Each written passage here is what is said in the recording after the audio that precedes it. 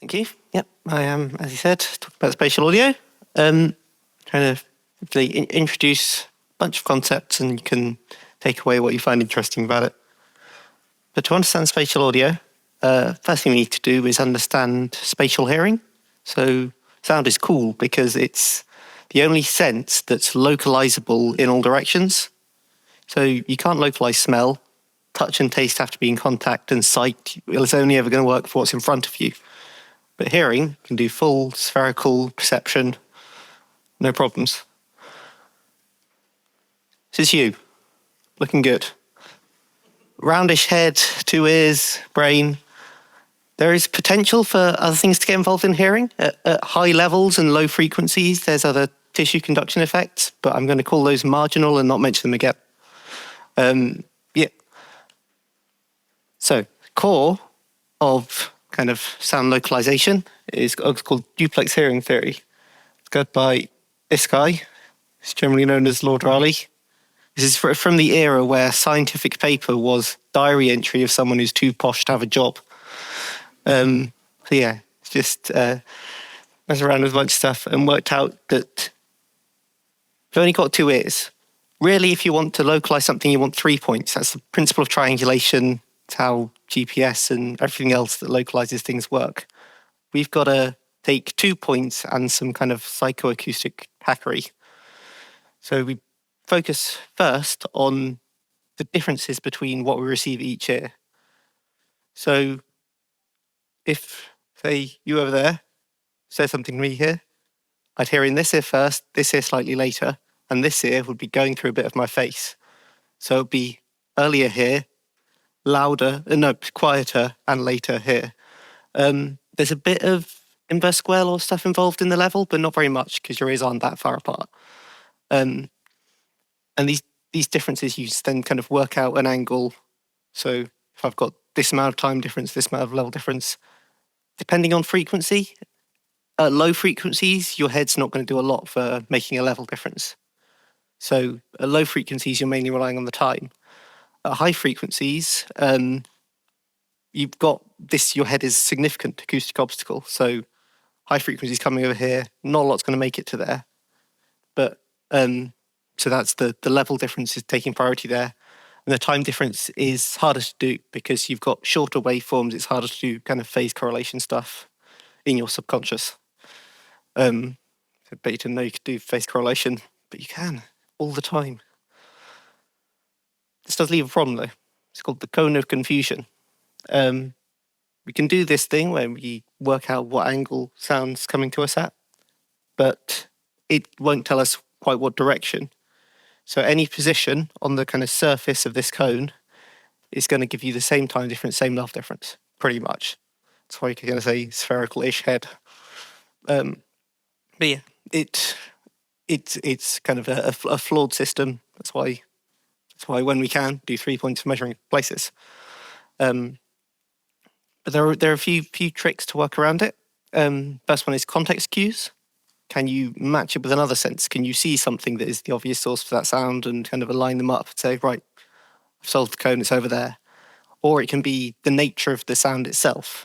If you hear an aeroplane, it's probably not down.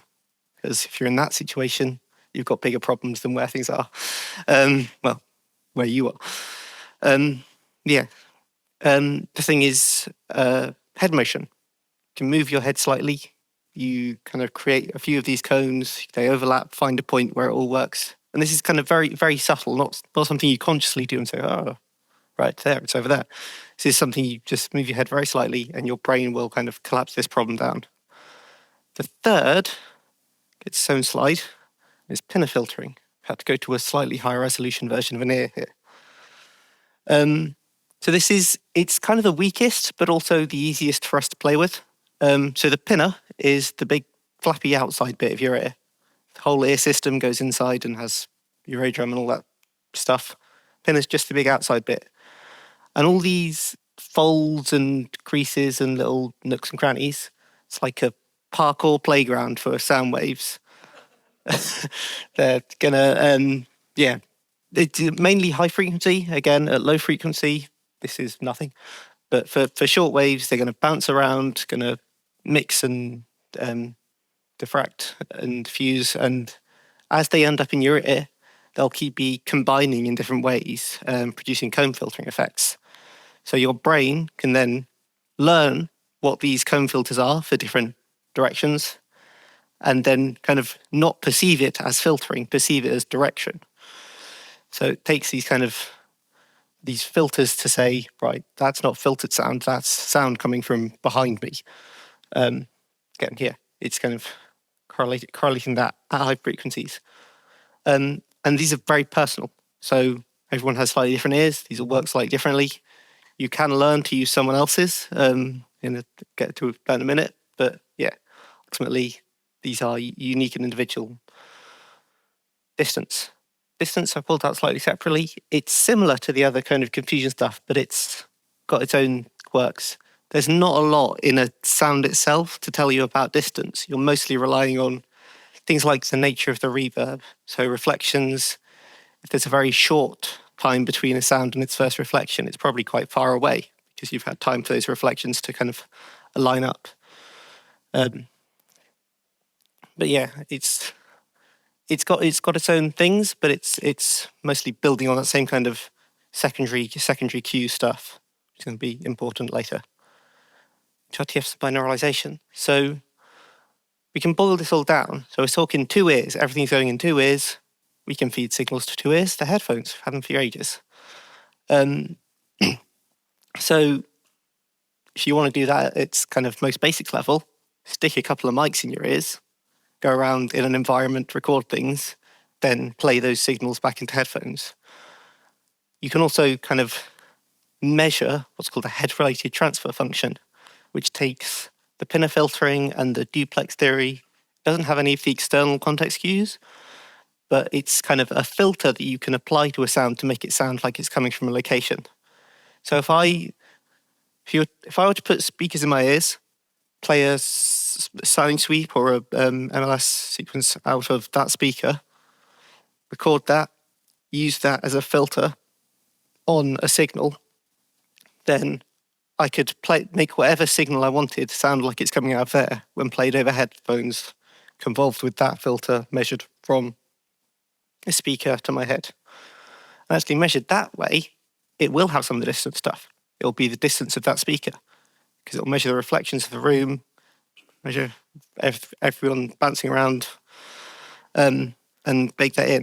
If you want to avoid that, if you want to be able to say, right, I've got a bunch of speakers and I just want to isolate them, you do an anechoic chamber.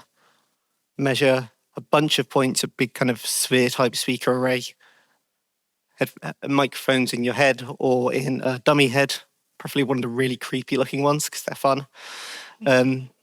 And yeah, then you can measure a bunch of these filters, and at a simple level, you can convolve them directly onto your signals and say, right, this one's here, binaural output, go. Generally, that's not done. Generally, the way it's done is to use a kind of intermediate format, the kind of things that we'll talk about later, and you'll go to like a virtual speaker array that you have in HRTFs, and then you can kind of wait till the last minute to do that. And there are data sets for this. University of York has a good one called Sadie that's got a whole bunch of different heads and dummy heads measured with a whole bunch of different speaker positions, and you can use that for your stuff. MIT's got one as well. And there are some things now that are trying to do kind of personalized ones at a kind of consumer level, with varying degrees of success. I think Sony headphones, some of them will do like a measurement of your ear in over-ear headphones and try and say, this is what your HRTF should sound like. And sometimes it works, sometimes it doesn't. But right, we've talked about kind of a primer on some basic hearing theory. I need to move on to recorded audio. So we want spatial audio. And to start with spatial, we go for the null form of spatial, which is mono. Kind of most basic form. Yeah, late 1800s wax cylinders, and it can record as many things as you want. It can be played back on as many speakers as you want, but there's one channel of information. It's all the same. It's still incredibly crucial. All the formats we're going to talk about from now on pretty much all of them have mono compatibility as a kind of considered factor, because this is mono in here, presumably it's 4 speakers, but they're going to send the same feed to all of them because that's how it's done. And also, your TV, your laptop, it might be stereo, but more often they work better in mono because they're just kind of not particularly designed to prioritize the features of stereo audio. Stereo audio comes in 3 flavors that have kind of merged and mixed, but it was developed in 3 ways around the same time. This is moving on from the binaural. So this is stereo on speakers. So we're not looking for feeds to go directly into your head. We're looking for feeds to be played on speaker, which then get processed by all the spatial audio, the spatial hearing stuff that we've been over. First one is this guy. It's Blumlein. So working in the kind of between the wars type period. He published a patent in 1931 that had tons of interesting spatial audio stuff in it. His whole stuff was based on coincident signals. So on the left, there's 2 microphones set in figure of 8, kind of as close as possible next to each other. That's called the Blumlein pair, still very commonly used in stereo recording. And the idea here is that these will capture amplitude differences. Because when you have timing differences, then you get into the whole world of monocompatibility problems, because when you mix them down, you get cancellation, you get filtering, stuff you don't want. So when I said, put them close together, there's no time differences, we'll stick to amplitude. Also has this cool feature that you can kind of spin them around. So say this is recording in XY, so that's your source is directly in front, you've got 45 degrees, 45 degrees. If you mix those 2 signals together, then you get mid. You get a kind of figure of 8 pointing centrally. If you subtract them from each other, you get side, which is kind of figure of 8 pointing sideways. And that's kind of reversible. Again, if you sum and difference, you switch between these 2 modes. And that has some very useful stuff. You can do a lot of cool things with mid-side processing. You can do things like adjust width controls. To say, right, turn down what's in the side, turn up what's in the side, filter what's in the side. And that mid is your monocompatibility. He also, in the same patent, had the way of cutting stereo vinyl that's still used on stereo vinyl is based on this. So it's essentially a mid-side is how you cut vinyl. Mono is, mid is up and down, side is left and right, and then they read out at the XY, and that's how you get mono-compatible vinyl stereo, the whole mechanical system. That's a very cool trick he had with this stuff was called the Blumlein shuffler. So if you take your stereo, go to mid-side, take the low end of the side channel and give it 90 degrees of phase shift. Shove it to a kind of low shelf filter, give it a little bit of a kick sometimes. Then that converts your amplitude band signals to phase band signals. So it takes that kind of problem of when you are on headphones and you've got something that's really hard panned in the low end. Because, as we were saying earlier, the level difference at low frequencies is not very significant when you're hearing things in real life. When you try and force it on headphones, it sounds really weird. But this is a nice way to fix some of that, to make kind of stuff that's amplitude panned for speakers sound nicer on headphones. Mid-side, phase shift the low end, go back to left, right.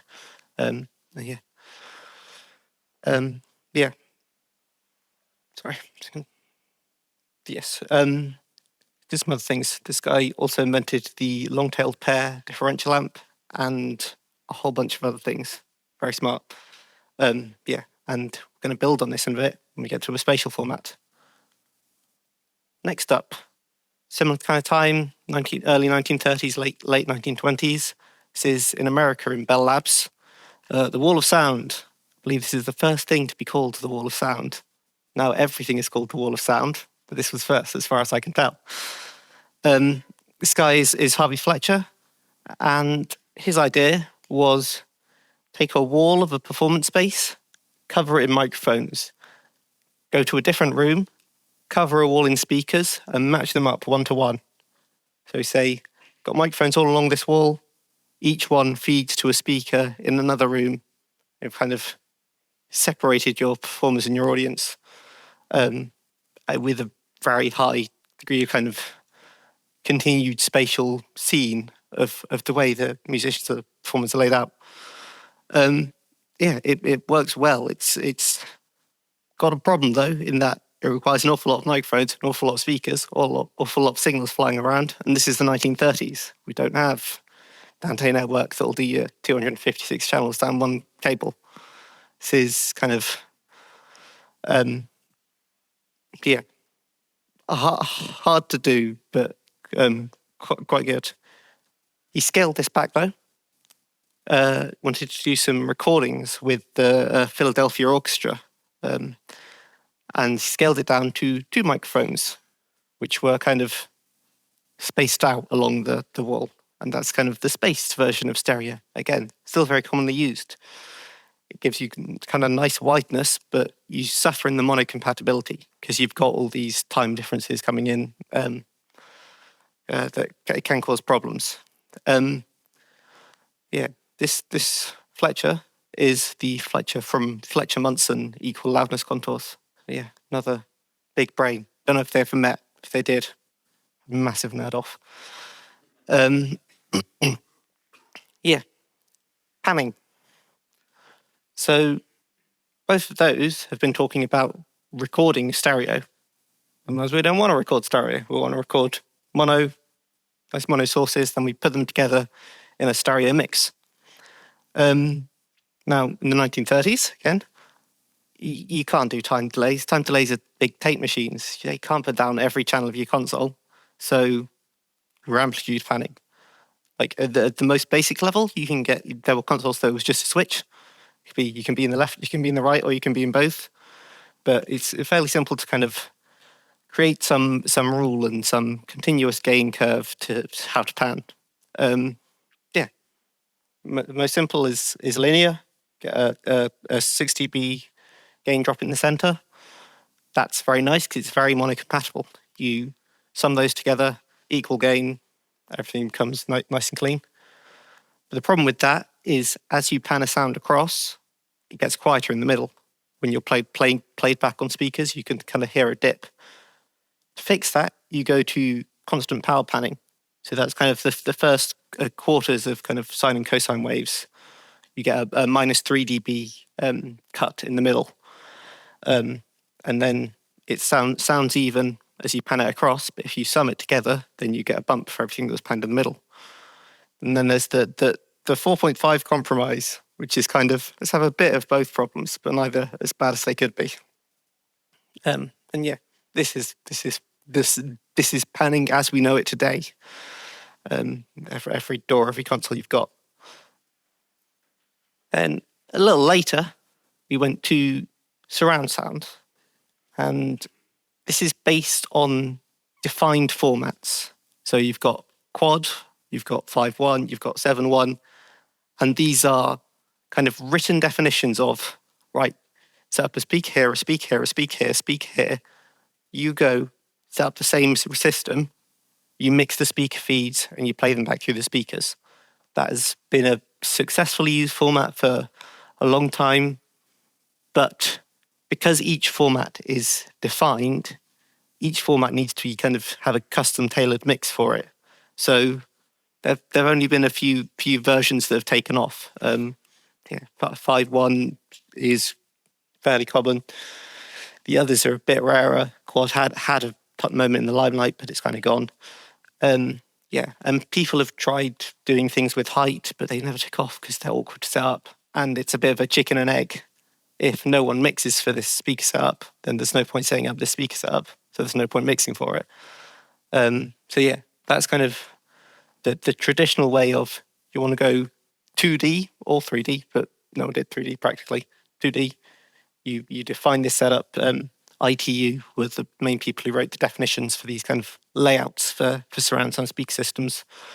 And yeah, now ready to talk spatial. I thought I was running really early, but I was looking at the clock, not the timer. Spatial audio. Here we break the idea of speaker feeds. So no longer are you going to kind of mix to, right, these are the speakers, I'm sending feeds to these, and then I'm going to ship these feeds, and people are going to play them through their speakers. We're going to hold off till the last minute to define what speakers have we got. Are we going through headphones? Can we do binaural stuff? We're going to do essentially client-side rendering, as it is, if you want to kind of technically term it. You're going to let the listener's playback device decide what spatial format to use. The advantages of doing it this way, you get one mix that can play back on any system. You get the 3D readiness, so these systems don't require 3D, but if someone does want to strap speakers to their ceiling and is willing to go through that effort, then they can reap the benefits, and you don't have to kind of, it's not more effort for you to mix in a way that allows for that. Yeah. So yeah, it goes from a cinema with speakers all over the walls to someone with a fancy sound bar that's doing beamforming and shooting this all over the place, someone with regular speakers, regular stereo setup, to sound coming out of your laptop to headphones. It essentially tries to maximize the spatial performance of all of those. And there's a few different approaches to this. First I'm going to talk about is Ambisonics. So this happy chappy is Michael Gerson. He's an academic who did a lot of work kind of pioneering this stuff. It's based on a kind of an arbitrarily complex soundscape being encoded in these, which are called spherical harmonics. They show up all over physics. There's kind of things with atomic orbitals and quantum mechanics and geology that uses this stuff. They calculate them with what's called Laplace equations, which I'm going to say we don't have time to talk about to cover for the fact that I don't understand them. And yeah, the easiest way for us to think about them in our context is their microphone polar patterns. So this one is an omnidirectional mic. Next row, figure of 8 mics. They get increasingly weird and blobby, and they keep going. It's kind of a triangle. And yeah, they get really spiky and loby, but they kind of serve to increase your spatial resolution as they do that. Yeah, they're in these rows are called orders. So we zero index it. So that is 0th order. So mono audio is 0th order ambisonics. You add 3 more channels and you get first order. So in 4 channels, you get a decent representation of 3D audio. So you can fit that on a cassette with regular track spacing.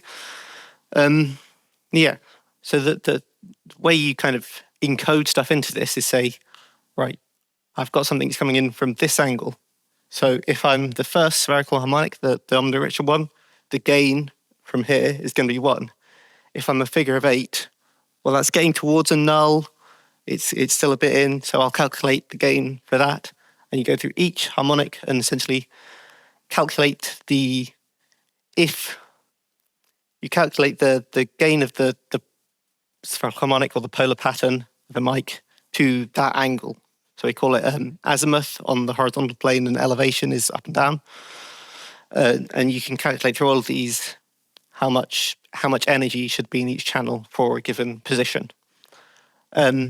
And then to decode that, you say, right, my speaker's over here now. I can mix all these signals together to show me what energy is over here-ish. So again, as I was talking about earlier with the mid-side and the left-right, you can summon different figure of 8s to get different figure of 8s pointing in different directions. The same things apply here. You can mix these together to create these kind of virtual polar patterns that are pointing in the direction you want and kind of rejecting what you don't.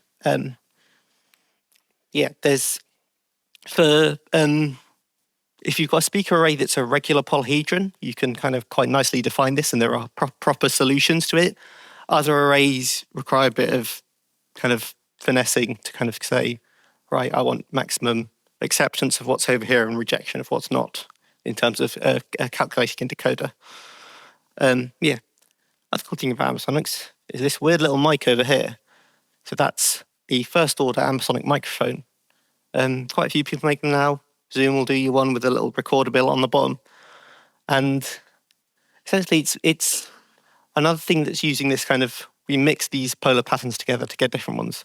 So these are 4 cardioid mic capsules, and then we can mix them together in different ways to get these first 4 spherical harmonics, which we can then kind of send straight into our Ambisonic system and decode to whatever we want to decode it to. And again, that's when I say speakers, that could be virtual speakers that are HRTF filters to go to headphones for binaural listening. Next up is wave field synthesis. I don't know if they're still set up today, but in the room over there was a really cool wave field synthesis demo, so worth checking out on one of the breaks if it's still there. But yeah, the principle with wave field synthesis is, as the last one was built on Blumlein, this one is built on Fletcher and the Wall of Sound. So this is a really dense row of speakers, and you say a virtual sound source. So if my source is here behind this wall of speakers, what would the sound front look like as it passed through where all these speakers are? And it's built on something called Huygens principle. I don't know how you pronounce it, but it's this idea that you can recreate a propagating wavefront by summing up point sources. So that's a kind of, these loudspeakers, we treat them as point sources, meaning they radiate spherically. Kind of each one is a spherical radiator, and as you mix them together, you can create these different curves. The thing that's special about wave field synthesis is it's not got a sweet spot. So all these other ones who said, right, sit in the middle and have these things up around you. And with wave field synthesis, it's more a kind of region. So you can say, as long as you're not right up on the speakers, any way you move around in the speakers kind of in their effective range, will the virtual sound source remain static. So you say, right, I've got someone in the middle of the stage that's DI'd, so they're not making any acoustic sound, going through a wave field synthesis rig, and they can sound like they're in the middle of the stage, regardless of where you walk. You're not having speakers dominate each other. They're all kind of using the speakers' interactions to create this new wavefront. Yeah, it's very cool, but lots of speakers very tight together gets very expensive and very awkward. So it's generally in installations. So things like the Sphere in Las Vegas, the big glowy thing that's annoying all the locals, that's got a wave field synthesis rig in it. Yeah, so yeah, it's very cool. VBAP, this is vector-based amplitude panning. And as for the previous ones, building on Blumlein, building on the Wall of Sound, this is building on the amplitude panning. It's kind of a generalized form of it. So we spoke about the equal power panning that's got the really nice kind of acoustic version of summing. Things sound the same. This is doing that for an arbitrary array. So you look here, say we've got a big 3D mesh of speakers. We can form a triangle of speakers around the point where we want the sound to appear. So here P is kind of the vector from where the listener is to where you want the sound to appear. And then we find the 3 closest loudspeakers that make a triangle around it and say, right, what are the vectors? So this is vector, magnitude and distance. How kind of standard bit of maths that's, again, all over the place. Then we can essentially simultaneous equations all the loudspeaker vectors to equal the listening point vector. And with those, we get gain factors. What gain do I apply to this speaker, this speaker, this speaker, to give us kind of energy panned version of the sound being at P. And yeah, this does work at 2D. If you take out the top one and just do speaker side to side, it's a generalized form of old faithful panning techniques. Yeah, it does still do the sweet spot thing, so it doesn't have the cool thing from wavefield synthesis, but it's really handy. We've relied on panning. This is how you pan in a general form. Now, the thing about all these is packaging formats, which the slide appears to have vanished, so I'm going to talk about it here. Yeah, packaging formats. So with Ambisonics, we've got these channels that are kind of predefined. The complexity of the soundscape doesn't affect the size of the file. The main one used is called Ambix, and that's just a kind of standardization of what order you put those spherical harmonics in a WAV file or MP3 or whatever, and yeah, what normalization they have. So yeah, you make everything the same scale or not. But yeah, then for the object ones, for the wavefield synthesis, because that's such an intense rig, it's generally all built in. So you generally don't deliver sound to a wavefield synthesis. You bring stems and mix it on that rig. For the VBAP, you need some kind of packaging format that can tell you, right, this is a sound, this is the location, put it there, put it there, put it there. I don't entirely know that this is true, but I reckon that's what Atmos is about. I reckon they're doing VBAP, but they don't say, because that's their secrets. So yeah, so Atmos is a packaging format. Essentially, the cool bit is that it's a way of strapping metadata to a WAV file to say, right, take this channel, move it here. So it's built on broadcast WAVs and ADM, the audio definition model. Poster about that out there as well. And it's those specs of how it uses that are available if you want to kind of implement some Atmos compatible stuff yourself. But yeah, it's essentially saying every file will have up to 128 tracks. We'll do bed formats in standard surround sound setups. So 7.1.2, I think, is their kind of favored version of a bed channel that can be arbitrarily complicated. You can have as many sources you want. But then you have, so that's 10 channels, so that leaves you with 117 to have as sound objects that you can give this metadata and ascribe to. So yeah, anyone who's worked on data compression, we'd like 128 channels to every client, please. Yeah, and everyone who's worked on AI stem separation, just shipping stems now. Bit of a waste, sorry. But yeah, it's got a lot of push. It's got what every standard really wants, which is a marketing department. Yeah, yeah. Built-in support in a bunch of DAWs, video editors, stuff like that. Can play it back on Apple and Amazon Music and all the video streamers. This is my guess of what's going to take the lead. But it's not the only game in town. There's a couple of others. THX have one, which is an interesting one because it supports the kind of sound object metadata, VBAP type stuff, but it also supports ambisonic tracks. So instead of doing kind of standard surrounds for your bed, you can do ambisonics. Up to I think third order, I think is the limit on that. But yeah, I think that's a very cool system. Get the best of both worlds, so you can have arbitrary complexity in your bed tracks, and then kind of more detailed objects can be specified as single devices. 360 reality audio, that's Sony. Again, another system that's very similar to the previous ones. It's the format of choice for a service called PeerTracks, which is the NFT blockchain crypto version of a music streaming system. So nothing to laugh at there because their devs might be in the room. So yeah, state of the art. What's going on? Atmos is going on. Atmos is going on quite a lot because yeah, it's getting that big push. It's certifying whatever you want is now Atmos certified, even if it's only got tiny little buzzer speaker. It's Atmos certified because Atmos is mono compatible. So can do mono. It's Atmos fine. Yeah, Ambisonics doesn't have the kind of commercial push because it kind of grew up in academia. It's still a lot there.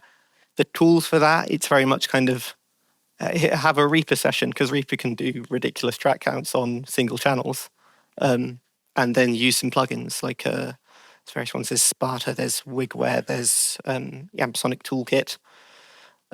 It's fairly hacky, but it's really good, and Ambisonics is very popular in VR stuff because it's very transformable. You can just say, right, track the head, you move the soundscape relative to the head. Yeah, you can kind of do the whole kind of mixed mic signals rotation type stuff for that. It's very good. Yeah, it's a bit sad that it's not got the same kind of commercial backing, because it's a really nice format and people are not supporting it because they'd rather support Atmos. Yeah, some additional thoughts.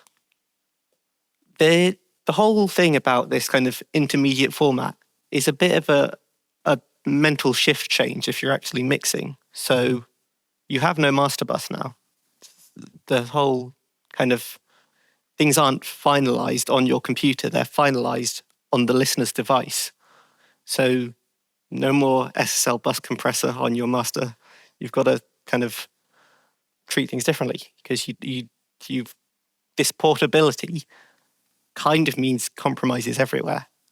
So you've got to decide, what are you going to monitor on? How are you going to listen to it? And kind of hope that it translates. That's a new skill to learn if you're going to mix in these spatial formats. Yeah, maybe there will be continues of kind of handcrafting stereo mixes. Maybe people won't.